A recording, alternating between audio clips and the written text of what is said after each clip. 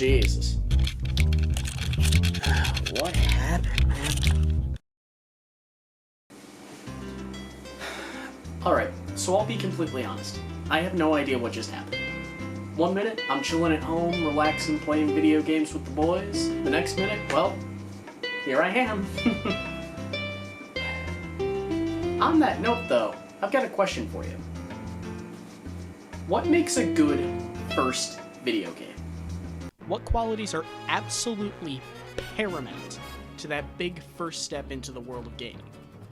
Back in the early days, arcades were all about the big attract screen, which did everything it could to advertise the best parts of whatever could be considered cutting-edge graphics at that time. On the home front, however, it was all about the box art. You know, some great big, eye-catching image to give you an idea of what you can expect from within. And in complete fairness, all of these artworks were absolutely insane. Some of them showed off some more bizarre things, to be certain, but a lot of them were absolutely beautiful pieces of art created specifically for the game within. The only problem with that, though, is that the artwork looked like this, and the game... Yeah, it wasn't exactly the best look in the game industry back in that time. But that was then, where games were all Blinky Bloops and Atari Pac-Man. And this is now, where you can find a game on YouTube before you even knew it existed. So in this day and age, you really do have to investigate some different avenues for publicity. The main three that I've discovered that are pivotal for any game's success are 1. Beautiful graphics. 2. Quick load times. 3. It's made by Nintendo. But I'd like to add one more qualifier to this titanic trio of trepidation.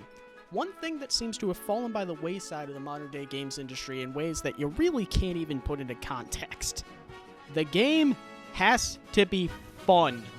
Yes, it seems like in today's day and age, where the precocious youth are being corrupted by loot boxes and underage duties, things such as enjoyable gameplay loops and jumping around like a nincompoop, or hitting your boys with a red shell on SNES Rainbow Road, are all paled in comparison to Oscar-bait stories with development cycles that leave the creators ragged, or a general milquetoast lack of quality due to annual releases becoming a necessity. But all of that is the result of a broken, battered machine known as corporate greed, and that is not where I wanted to go with this. Instead, I'd like to introduce you to a world where creativity was pretty much king, where technology had reached the point where most ideas could be fully realized, and best of all, you were alive to see it. Sony was about to reach near-home ubiquity with the PlayStation 2, Microsoft was about to break into the console space with the Xbox, and Nintendo? Well, they had the most to prove. Enter the GameCube, Nintendo's fourth console. To give you a little context, due to some weird business decisions, Nintendo had led Sony to create the original PlayStation due to a failed collaborative effort. After that blunder, they developed the Virtual Boy, and the less said about that, the better. After that, we finally get to the Nintendo 64. Now say what you will about it, but it was a graphical jump, and it was a sight to behold on the gaming industry at the time. But... cartridges! Yep. While their contemporaries switched to disc-based media to distribute their games, Nintendo stuck to cartridges to stifle piracy attempts. This kicked off their use of proprietary media formats for their games, which continues on to this very day. Good work, Nintendo. That limitation was definitely worth it in the long run. Digression aside, the GameCube seeked to rectify a number of problems plaguing the N64. The system? Square. Brilliant design. Little handle on the back. Awesome. The media? Discs. Microdiscs, still functionally exclusive to it, but at least it could handle more. Backward compatibility? Well, no, but actually yes. While the GameCube itself didn't have the hardware baked into it to play any cartridges from the N64 or any prior generation, there was an alternative. Introducing the Game Boy Player, a successor to the Super Game Boy accessory that was accessible on the Super Nintendo. But this wasn't just a souped-up Super Game Boy. No, you could play Game Boy Advance games, Game Boy Color games, pretty much anything as long as it wasn't the Game Boy video cartridges, because again, Nintendo and piracy get along like a house on fire. Now say what you will about future Nintendo consoles having better backward compatibility than the GameCube does, it can't be understated how much of a bolster the Game Boy Player is to the GameCube's library. Any Game Boy game you can think of, you can play it on the TV. And that is pretty nifty. Moving on to the controller, it's still being made today, intermittently, but it is. And boy, what a gem. Sure, the C stick is a little bit tiny and the Z button feels unresponsive at times. But the rest of the buttons, the analog triggers, and the control stick with the octagonal divots in it, good stuff. This was my first controller ever, and as a result, every controller I've used afterwards has a control stick and a C-stick, regardless of what they're actually called. And if all that weren't enough, memory cards. Yeah, the N64 had them, kinda, but the GameCube made it standard in a way that the PlayStation and eventually the PS2 would both go on to do. Sure, it didn't have a screen like the VMU of the Dreamcast, but you could still save your games a lot more reliably, and that is pretty cool. But with all of the hardware quirks out of the way, that just leaves one more matter to discuss: the games. Now, right off the bat, the GameCube didn't exactly have a fantastic launch title lineup, but from 1 week into the console's life onwards, this bad boy had bangers. How many bangers, you ask? Well...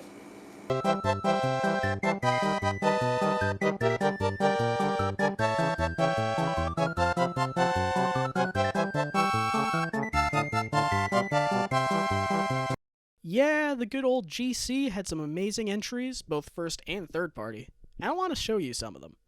Starting with the first game I ever owned, Cars, the video game, released 3 days before the movie of the same name on June 6th, 2006. I am Speed. 1 winner, 4 losers. Developed by Rainbow Studios, known for all sorts of different racing games over the years, they were tasked with developing a tie-in game for everybody's favorite Pixar movie. As stated by the game's lead director, Jordan Ikowitz, the goal was to create a racing adventure game that was to be as much of a one-to-one recreation of the movie's world as possible. And let's be real here, they definitely succeeded with that. So much of Radiator Springs is created and fully explorable in this game. Sure, most of it is a desert, but when you're basing your location on the Midwestern Route 66, it's gonna be dusty. There's not a lot of creative liberties you can take with that. You know, if I had a nickel for every GameCube game I grew up with that took place in Arizona, I'd have 3 nickels, which isn't a lot, but it's weird that it happened thrice. The really cool thing about this game is that it looks pretty damn amazing. Sure, there's an abundant pop-in issue, but once you get over that, the cars themselves and the buildings look fantastic. Reflection textures are abundant, and there doesn't seem to be an object or structure anywhere that you can't see the little details on.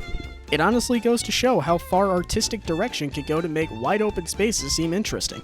Not to mention, basically every character from the movie is here, reprised by the same voice actor no less.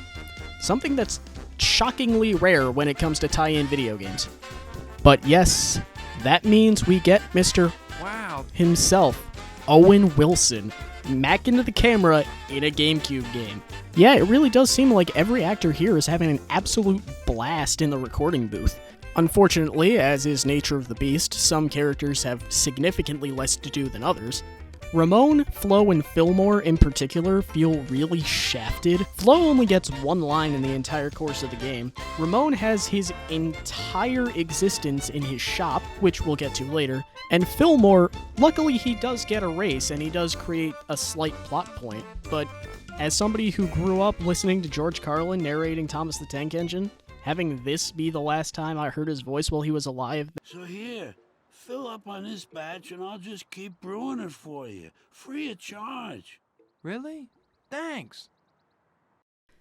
That hit my soul a little bit too hard, you know? Going back to the wide open spaces, this is an open world game, but it's kinda weird.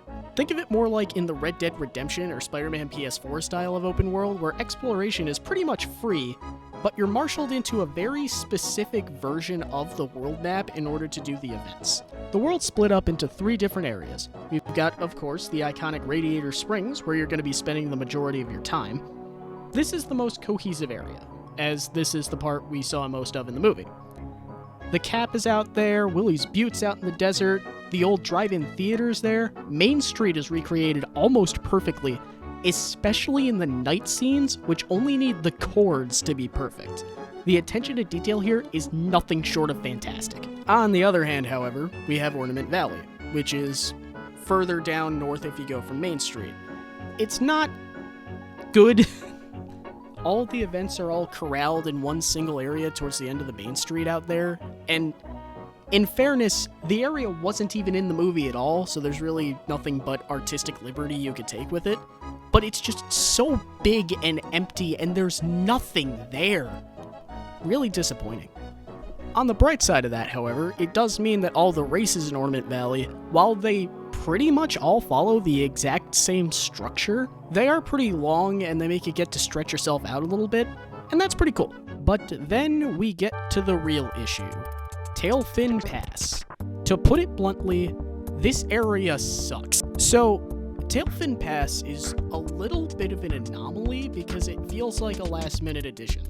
You get access to it at the start of Chapter 4, while the game is only 5 chapters long, which means it doesn't exactly get a lot of time to make a good impression. And while yes, it does look nice, it is a very scenic area if you want to go for a slow drive in the game's open world, the tightness of the roads and the waterfalls everywhere do not translate well to good car racing tracks. But the biggest problem is the fact that Tailfin Pass is even larger than Ornament Valley is, and the only event target area in the entire zone is at the top of it, while Radiator Springs is down at the bottom. You have to drive through 9 minutes of this open area to get all the way up there. Don't believe me? Watch. Nah, that's not particularly fair. The way I'm describing it, I'm really making it seem all doom and gloom, but please, I'm trying to be objective here. This is a game I'm super nostalgic for. Just want to get the facts out of the way first. On that note, let's segue over to the gameplay, shall we? You know, for a development team best known for making off-road racing games, the off-road racing in this game feels really janky. Lightning McQueen cannot turn to save his life. It doesn't seem to matter what happens, this car will always slam into any wall given the opportunity. Long and short of it, his turn radius is atrocious. In open spaces, it's basically a non-issue as there are a lot of wide turns there, but the problem shows itself towards the end game when more tight turns are introduced. Sure, it doesn't happen a lot, but it's enough to be a problem. But what's a problem without a solution, right? Enter the Power Slide, this game's answer to Mario Kart's drifting mechanics.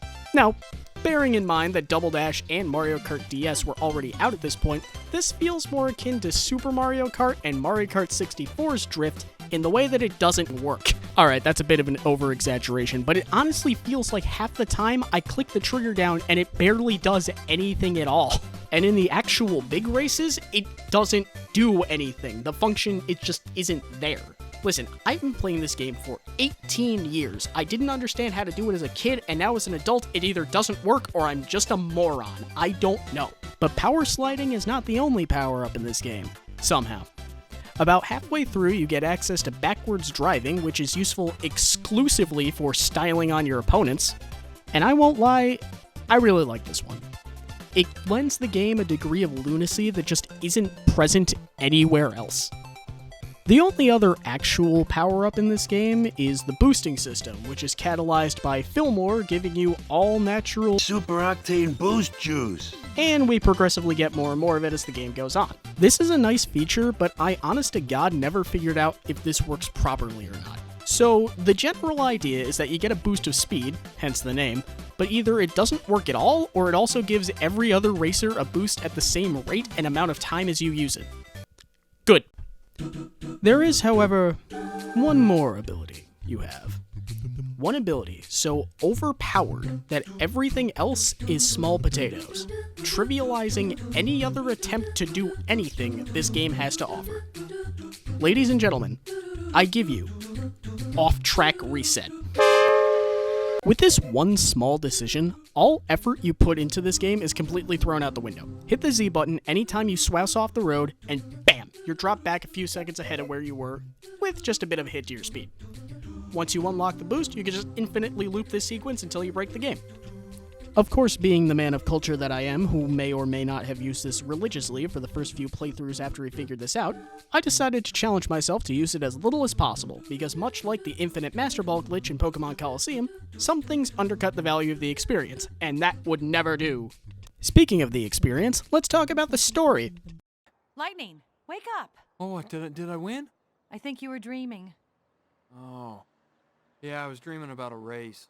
You know, I kind of figured that. No, it wasn't any ordinary race. It was the Radiator Springs Grand Prix. And you were in it. and Doc, and Mater was the announcer. You know what that sounds like to me? What? Sounds like you're ready for some competition. Oh, you got that right. This game functions as a sequel to Cars, and right off the bat, we're doing better than the actual sequel to Cars. Lit Boy McGleam wakes up from a dream of the Radiator Springs Grand Prix, a truly legendary race. And from there, the stage is set. We encounter some European cars and show them the real American spirit, dadgum, go tractor tip it with Mater, get some lessons from Doc Hudson, and then we see the third best character played by Michael Keaton skulking in the shadows. The story from there is simple. Chick wants glory, McQueen wants glory, sports away! Simplicity aside, there is so much fun that can be derived from the cutscenes alone. Look at some of these faces. Not to mention, some of these moments are so beautifully in character that this might as well be Cars 2. I didn't get my latte! What? I thought all cops like donuts. Ow! What are you, crazy? You think you're the best race car around, but if you want to be the best, first you gotta beat the best. Every turn a bracing new thrill, every distance a dangerous gauntlet. Don't you agree, my fellow racing aficionados? You have the tires, but do you have the mental fortitude? We're about to find out. Let's do this! Hey, Mr. Educated, you ready to get schooled? You know, I just figured you might want to get acquainted with the view. You know what I mean? You know, because you're going to be spending a lot of time behind me. In the race. We're going to be in the race, and I'll be ahead of you, and you'll be behind me. In the race!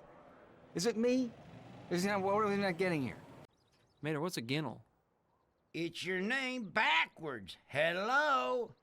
Mater, my name's not Litnig. You're not so good with the whole spelling thing, are you? So the game is divided up into 3 categories: road races, minigames, and piston cup races. The road races are a fairly similar affair. You get a fun little cutscene with the characters, run a couple of laps through a specific part of the map against 4 computer-controlled opponents, bada bing, bada boom. Sometimes it's fewer laps, sometimes it's against fewer opponents, sometimes you even unlock new areas, but by and large, the standard operating procedure is the same.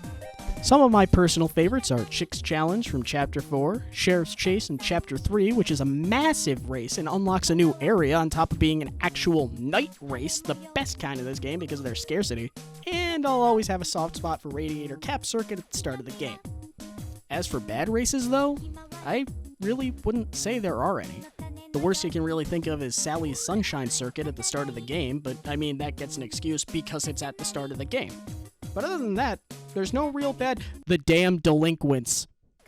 For some reason that I genuinely cannot comprehend, we get a race in the tightest parts of Tailfin Pass, through a Christ-forsaken mine area, in the trees through the forests, and you're banging into damn near anything. The AI is at its absolute peak in this race, making almost no mistakes and being on your ass the entire time. And the most egregious sin of all? Not only is this race mandatory to leave the hellhole known as Tailfin Pass, but it also unlocks the final boost tank and is a pivotal moment in the story. Delinquent road hazards can suck my lug nuts. I hate this race, and now all of you need to know that too. And then we have the minigames. They're inoffensive for the most part, and if you're going through the paces of the game, all of them are one-and-dones, which do offer a nice little variety from the monotony. They do have their issues, though. First and foremost, none of the other characters handle nearly as well as McQueen does. If you're playing Tractor Tippin' as Mater or Luigi to the Rescue as J.G. Wentworth, you won't run into any problems because they control how they should in those circumstances and are pleasant enough to be around, just like my ex-wife. But if you're playing Sheriff's Hot Pursuit, for example, or God forbid, Doc's Lesson Power Slide, that's how it's written. I hate it too. The controls are heavy and clunky and not fun in the slightest, to say nothing of the 2 events that take place in Rust Bucket Stadium. Oh dear lord, no. But there are a couple of standouts that I would say are pretty damn solid. There's a certain je ne sais quoi that you can derive from Mater's backwards lesson, which explicitly demands that you stay behind Mater the entire time for a 2-lap race, which is really weird to adjust to when you're winning every single one. Or Sarge's Boot Camp, which is that special kind of stupid that ends up becoming fun, giving you a prime opportunity to ram Lightning McQueen's face into a billion different things, while at the same time being interspersed with cutscenes that never fail to make me chuckle. 1 horsepower, I want focus. I want ingenuity, agility, and endurance. I want some coolant. Move it! And then, at last, race time. Every chapter is capped off with a piston cup race. And before you get snarky, no, nobody did that. The piston cup races are all pomp and circumstance. Edible gold, if you will. It doesn't seem that bad at first, but one of these races is 12 laps. And sure, each lap is like 30 to 40 seconds a pop, but considering almost every single one of these tracks is completely identical, the sense of repetition really does set in incredibly quickly. It's not all doom and gloom, though. There is pit stop. Approximately halfway through every single race, you get the opportunity to do a fun little pit stop minigame with Guido. And let me tell you, trying to do this in under 20 seconds is a blast. Shame that this is the only event in the game locked to multiplayer and arcade mode, but this is almost Rhythm Heaven level fun in its execution, so I'll give that a pass. However, there is one more fun little thing about these races. See, Chick desperately wants to win, and not only is Lightning always beating him, in my experience, Chick didn't even get second place at any of these big races. In a desperate bid to figure out what McQueen's secrets are, he has his New York boys challenge into a race. Of course, they lose because McQueen, main character syndrome, you see how it is. So then Chick comes over and decides to do it himself. And after the loss, feeling emasculated, he hires the delinquent road hazards to attack Mac on a trip up the interstate. After this, McQueen takes the law into his own hands, zooming down the highway to hunt the punks down. This, right here, is the highlight of the game. Watching McQueen take down the guys who wronged him and his friend. The punks are knocking cars out of the way to slow Lightning down, all while they're all traveling the wrong way down the interstate. Lightning Strikes Back is peak. Simple as. With all that said and done, McQueen heads out towards his next race, eventually confronting Chick about his actions. After he wins, yet again, Chick challenges McQueen to a rematch, leading to the cheapest move in sports history. The Radiator Springs Grand Prix. 3 races, one in each part of Ornament Valley, and ending with one last Piston Cup race. Can we do that? We can now. Unbelievable. The real Radiator Springs Grand Prix, a final countdown with home field advantage, leading to one last Piston Cup race, proving once and for all who deserves it. So believe it or not, I have some complaints. The biggest draw to this is the payoff of Lightning's dream at the start of the game. And don't get me wrong, I really enjoy that, but it's the execution that I have a problem with. First and foremost, the order of the races. We start in Radiator Springs, then travel to Tailfin Pass, and finally back down to Ornament Valley before heading back to the Springs to head to LA for the final race. Now, prior to this, I neglected to mention the pretty chunky load times, especially for 2024 standards. Now, I get that it's because it's an open world and everything has to be checked and ready to roll for a console on its last legs mere months before its successor is coming out. I'm cool with that, especially with the amount of meticulous detail that gets rendered in every time. My issue is that the 3 different levels aren't interconnected. Okay, that's a bit of a mislead. They are interconnected, but there's a loading screen you have to sit through to get from one to the next, which wouldn't be as big of a problem if the areas, and Tailfin Pass in particular, weren't so much of a slog to get through. And the intended way to do this, by the way, is to go from Radiator Springs up to the top of the mountain, back down through Radiator Springs again to Ornament Valley. This is insipid.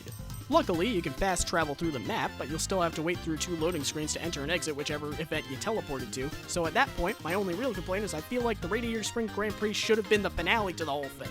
It just works so well on a thematic level. I don't understand why this wasn't the last one, but you know, that's just me. On the other hand, each of these races has a fun little moment in them. Radiator Springs and Tailfin Pass both have nice little cutscenes, and in objective fairness, Ornament Valley does feel like a nice bookend to the adventure, having to jump back into Radiator Springs to finish the race. Win all 3, and off we go for the final showdown. Los Angeles, here we come. But not before I take a moment to explain Ramon's House of Body Art. Oh my god, I need to talk about this. So, throughout the entire game, you're collecting all these bonus points, either finding them in the overworld or gaining them because you do tricks in the races. Now, what are these points for, you may be asking? Well, I'm glad you asked. You can customize your characters, you can unlock new characters, or you can be a square and buy the concept art. Alright, that was mean. The concept art is actually really cool, but it's just, you're in it for the costumes, right? You want to get McQueen to look as awesome or as stupid as possible.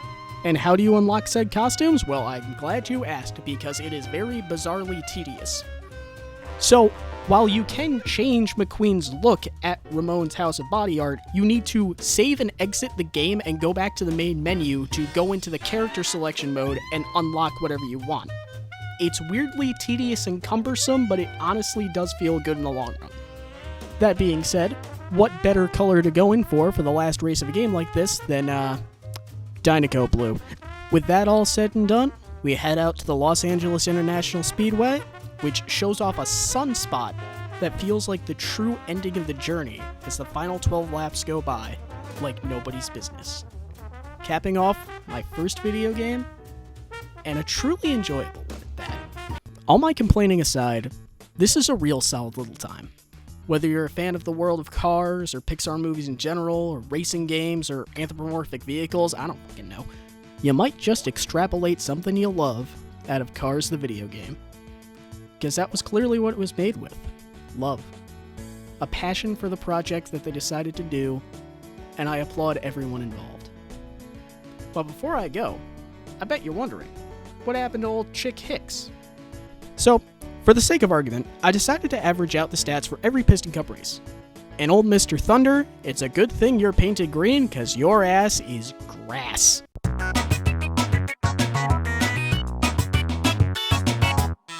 And I think that just about covers it. Son of a bitch, the postcard hunt. Hey kids, have you ever wanted to play a 3D platformer as a car voiced by Owen Wilson? Well then Cars the video game is for you. With over 30 races and minigames, make your friends eat your dust in multiplayer mode. Pull strats that the lost levels wouldn't throw at you. Cars the video game. Play it now. Rated E for everyone. Lizzie's postcard hunt is bad.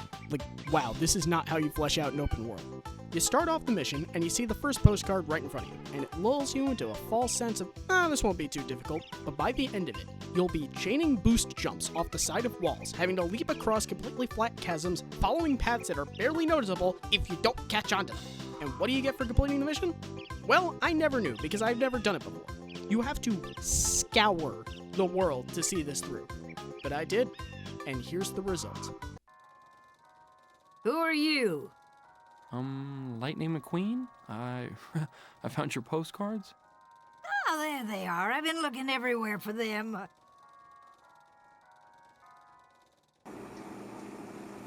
Childhood complete, my ass.